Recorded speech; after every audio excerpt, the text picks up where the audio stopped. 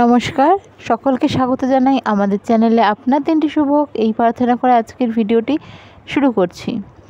আজকের এই ভিডিওর মূল বিষয় হলো জন্মছকের কিছু প্ল্যানেটারি পজিশন বা কিছু যোগ সৃষ্টি হয়, যেগুলো নিয়ে কথা বলবো, যেগুলি আমাদের জীবনের অনেক রকম যেগুলো আগত ঘটনা তার জানান দেয়। আর সবথেকে বড় বিষয়টা হচ্ছে বৈদিক অ্যাস্ট্রোলজি অর্থাৎ বৈদিক জ্যোতিষশাস্ত্র মতে জ্যোতিষ, সবাই যে বলছে জ্যোতিষে অনেক কিছু বলা যায়, একদমই ভুল। জ্যোতিষে সব কিছু বলা যায়। মৃত্যু কবে কোন দিন হবে এই জিনিসটা পর্যন্ত জ্যোতিষে প্রেডিক্ট করা যায়, কিন্তু যে কোনো জ্যোতিষ যিনি ভালো মতন জানেন তিনি কোনো দিনও বলবেন না। তার এক্সাম্পল হিসেবে বলতে পারি, ধরুন কারো কাছে 3 মাস তো কারো কাছে 3 বছর সময় রয়েছে। এবার আপনি আজ থেকে 3 বছর পর 1 মাস 13 দিন পরে 12 ঘন্টা পরে বা 10 থেকে 12 ঘন্টার মধ্যে আপনার মৃত্যু আছে, এই জিনিসটা যখন জেনে যাবে না, 99% লোক সেটা নিতে পারবে না। মেন্টালি স্ট্রং ভীষণ রকম কম মানুষ হয়। নিজের মৃত্যু জানার পর অনেকের অনেক ধরনের ইচ্ছা হবে। এমন কিছু ইচ্ছা হতে পারে যা আপনার জন্য ক্ষতিকারক, বা এমন কিছু ইচ্ছা হতে পারে যা আপনার জীবনে থাকা কোনো ছোটোখাটো ফাড়া বা মৃত্যুযোগ, যেটা আপনার আয়ু যতদিন সেই হিসাব থেকে আগে কোনো মৃত্যুযোগ থাকলে সেটাকেও অ্যাক্টিভেট করে দিতে পারে, বা আরও অনেক কিছু ঘটে যেতে পারে। তো এইসব কারণে মৃত্যু কোনো সময় প্রেডিক্ট করা হয় না।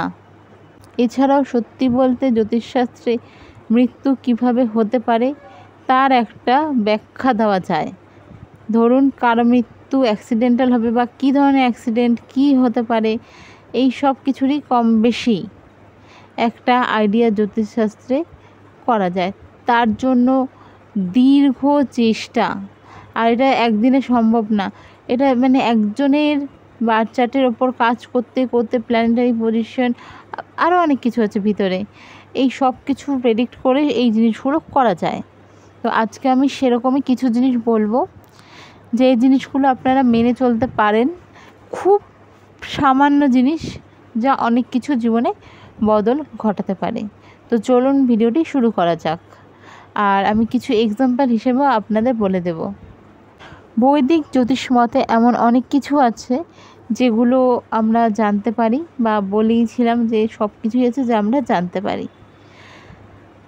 বর্তমানে যা সিচুয়েশন দেশের ওপর রয়েছে, বা যেই জিনিসগুলো বা যেই আতঙ্কবাদী হামলা হচ্ছে, সেই ক্ষেত্রে প্রচুর ক্ষয়ক্ষতির সম্মুখীন আমরা হচ্ছি, খুব প্রচুর প্রাণ যাচ্ছে এই সময়। তো এই বিষয় নিয়েও কিছু আপনাদের সাথে এই ভিডিওতে শেয়ার করব। এই দুটো জিনিসকে কীভাবে আপনি রিলেটেড বা আপনার সিচুয়েশনের সাথে রিলেটেড নিতে পারেন। লক্ষ্য করবেন এখনও কিছু মানুষ পঞ্জিকা দেখে নিজের দিনে কি করবে বা করবে না এই জিনিসগুলো তারা মেনে চলে। সেক্ষেত্রে আমরা হয়তো অনেকে তাদেরকে নিয়ে হাসাহাসি করি, কিন্তু তারা কিন্তু নিজেদের জীবনে অনেক বাধা অতিক্রম সহজেই করতে পারে। এই জিনিসটা আপনারা মানুন বা না মানুন, ভীষণ রকম একটি সত্য ঘটনা।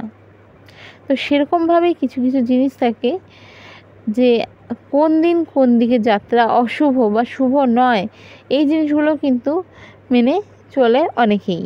তো সেক্ষেত্রে আমি কিছু জিনিস আপনাদের বলতে চাই।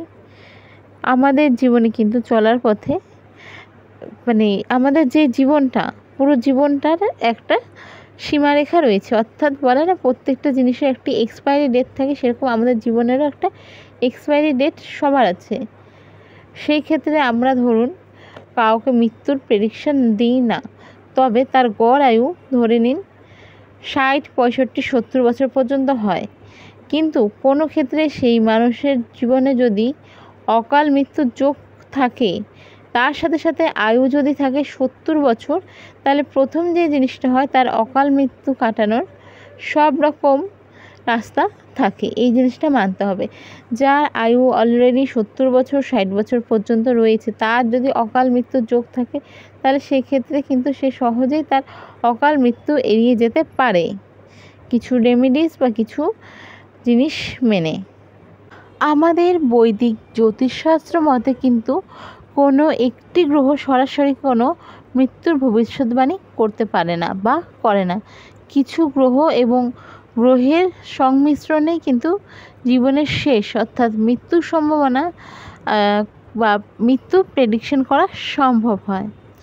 বিশেষ করে শনি এবং রাহু সবসময়ই মৃত্যুর প্রতীক বা এই গ্রহের দ্বারাই বিচার করা হয় যে মৃত্যু কখন হতে পারে বা মানুষের আয়ু এই গ্রহের দ্বারাই কিন্তু বিবেচনা করে থাকে, মানে করা হয় শনি এবং রাহু। তো বিশেষ করে যখন তারা অষ্টম ঘর বা অশুভ গ্রহ দ্বারা দৃষ্টিপাত হয় এই জিনিসগুলো এফেক্ট করে। অষ্টম ঘরটা ঐতিহ্যগতভাবে কিন্তু রূপান্তর, পুনর্জন্ম এবং মৃত্যুর সাথে যুক্ত। আমাদের অষ্টম ঘর কিন্তু আমাদের পূর্ব জীবন, বর্তমান জীবন এই জিনিসগুলো নিয়ে অনেক কিছু বলে থাকে। আর এর সাথে সাথে আরও কিছু ব্যাপার হলো যেটা শনি অর্থাৎ গ্রহরাজের ক্ষেত্রে যে সীমাবদ্ধতার চ্যালেঞ্জ, জীবনের শেষ পর্যায়ের সাথে যুক্ত মৃত্যু পর্যন্ত এই গ্রহ মানে এই শনি গ্রহ অনেকটাই প্রেডিক্ট করে থাকে এবং জীবনের কোন দিকটা কঠিন সময় যাবে আমাদের কোন কিছু সব কিছুই কিন্তু এই শনি গ্রহের দ্বারা প্রেডিক্ট করা হয়।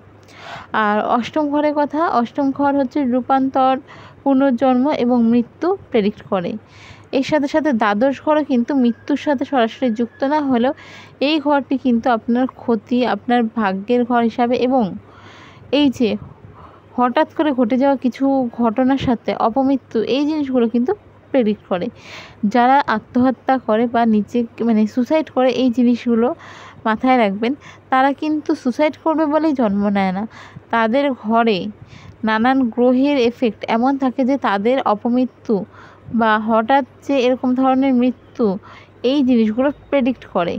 সেক্ষেত্রে কিন্তু তাদের আরও অনেকটা পর্যন্ত আয়ু থাকে। তবে এই ঘরে নানান ধরনের প্রবলেমের জন্য কিন্তু এই জিনিসগুলো হয়ে থাকে।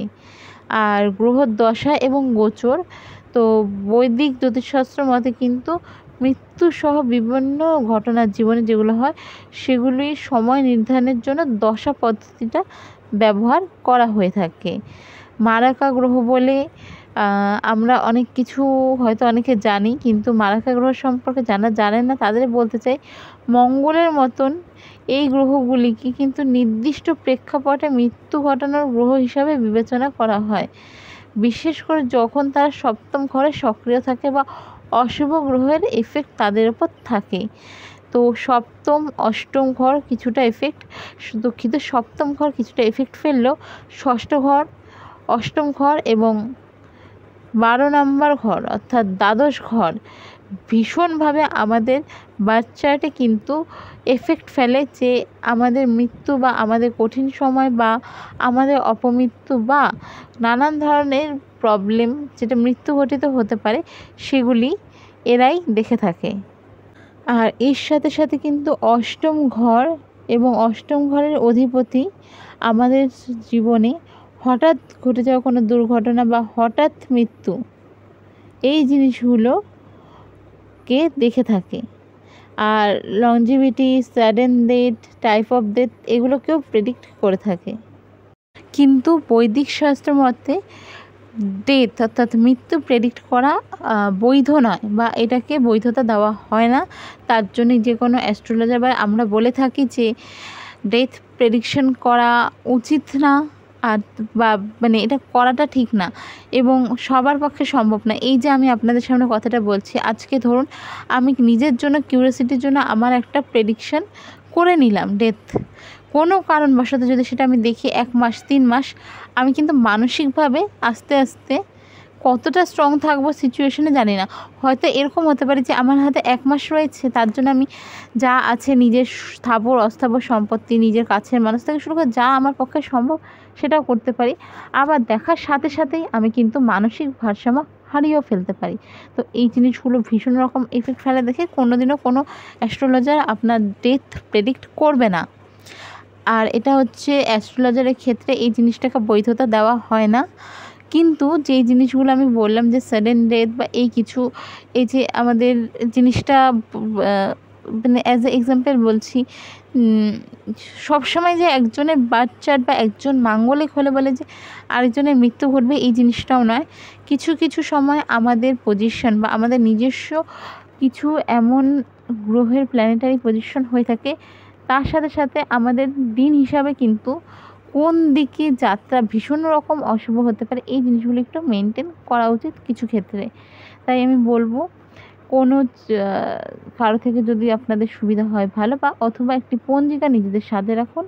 চেষ্টা করবেন কোনো রকম যদি এমন কোনো জায়গায় যাচ্ছেন যেটা আপনার জন্য আপনি আগে থেকেই জানেন জায়গাটা ভালো না, আপনার কোনো কিছু হতে পারে, এরকম ক্ষেত্রে চেষ্টা করুন যে ওই দিকটা আজ শুভ কিনা। এই জিনিসগুলো যদি আপনারা চান তবেই দেখে যেতে পারেন।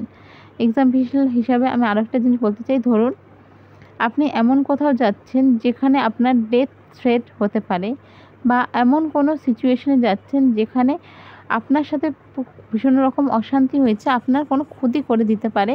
সেক্ষেত্রে জায়গাটা কোথায় আপনি দেখলেন যে জায়গাটা হচ্ছে কোনো সময় পূর্বে বা কোনো সময় উত্তরে, আর আপনি যেদিন যাচ্ছেন সেদিন পঞ্জিকা হিসাবে আপনার উত্তরে বা পূর্বে যাওয়া নিষেধ রয়েছে। চেষ্টা করুন অ্যাভয়েড করার, যদি আপনি চান। আমি অ্যাজ এ অ্যাস্ট্রোলজার বা বৈদিক অ্যাস্ট্রোলজার আপনাকে কখনোই এই রিলেটেড কিছু বলতে চাই না বা বলবো না, তবে আপনারা চাইলে এই জিনিসগুলো করতে পারেন। এবং পঞ্জিকার ক্ষেত্রেও কিন্তু এই জিনিসগুলো শুভ অশুভ অনেকটাই লেখা থাকে, সেক্ষেত্রে করতে পারেন। তবে ডেথ প্রেডিকশনের কথাটা বলার একটাই কারণ যে অনেক সময় কিন্তু এই সিচুয়েশনগুলো যেটা আমরা জানি যে আমাদের জন্য কোনো জায়গা অলরেডি ডেথ থ্রেট রেখেছে, আমরা সেরকম জায়গায় যাচ্ছি, অনেক কিছু হতে পারে আবার নাও হতে পারে, এই ভেবে যাচ্ছি তার থেকে ভালো আমাদের পক্ষে, আমাদের যেহেতু পরিবার পিছুটান একটা মানুষের জন্য রয়েছে, আমরা সহজে সেই জাগতিক মোহমায়া থেকে বের হতে পারি না, সেই ক্ষেত্রে কিন্তু একটু দেখে যাত্রা করাটা ভালো। তো আজকে এই ভিডিওতে আপনাদের সাথে এই জিনিসটা আমি শেয়ার করলাম। ভিডিওটা আমি এটুকুই রাখছি, যদি ভালো লাগে শেয়ার করবেন নিজের কাছের মানুষগুলোর সাথে, সাবস্ক্রাইব করুন। ধন্যবাদ, দেখা হবে পরের ভিডিওতে। রাধে রাধে।